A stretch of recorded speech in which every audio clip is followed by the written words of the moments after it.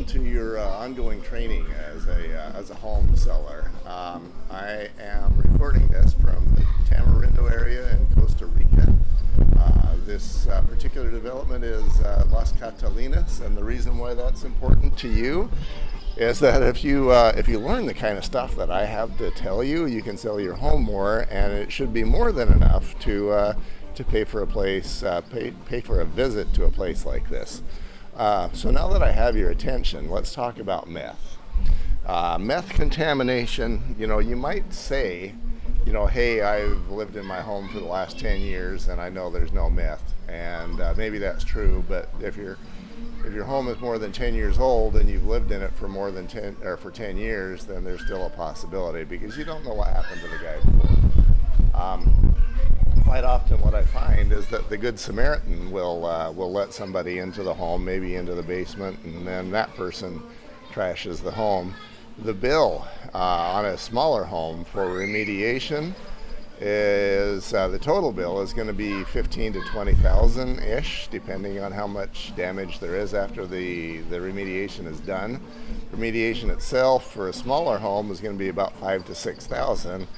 And then between replacing the carpet and the drapes and the appliances, and the hardwood and whatever else there is, you can count on 15 to 20 on the lower end. Obviously, it can go up.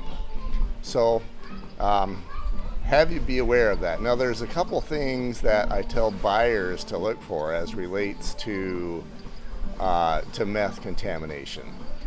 There's 4 items.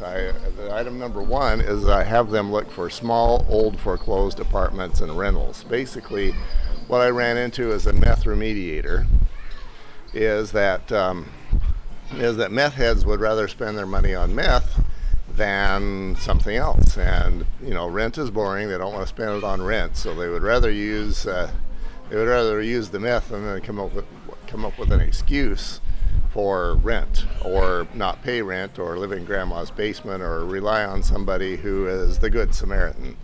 So that's item number 1, is you look for a property that is small, old, foreclosed apartment or a rental.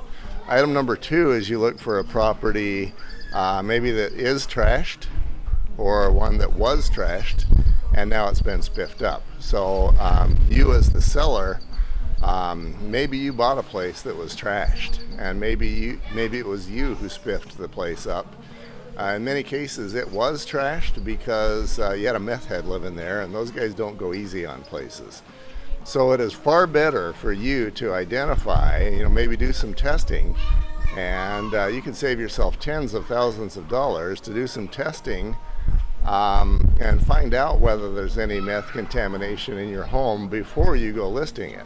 Because once you list it and it's found out to be contaminated, you basically are shut down. You can't sell the home to anybody until the meth decontamination process is finished up. So that could be months, and then you're paying for all the decontamination, and you've lost everything that is not what's called smooth and easily cleanable. And so, for example, the subfloor is considered to be smooth and easily cleanable, and so is tile or maybe linoleum. Countertops don't have to be removed because they're considered to be smooth and easily cleanable. But everything else, books, carpets, drapes, even I've even had to throw away wedding photo books for people, or have them sign that they're not going to sue me because I'm handing them chemically contaminated materials back to them. It's really sad what meth does. So if you think there's any possibility of that, you're going to want to do a test. Maybe you do anyway.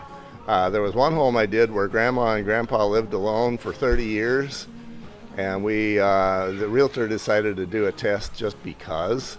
And sure enough, it came up positive, and it turned out that even though they'd never had any meth heads in their home until they moved out, they had it repainted, and the people who painted the home were meth heads. And they trashed the property, they contaminated it, and it had to go through the entire process. Expensive, and a lot of people that called me back when I was doing meth remediations I did those from about 2008 to 2016. A lot of people called me were just, to use a big word, bereft. They didn't know what to do. They didn't know who to turn to. They didn't know who to get information from. They needed advice and support from somebody. And sometimes as the meth contamination or decontamination specialist, that role fell to me to try and talk them through it and even play psychological counselor to let them know they'd be okay eventually.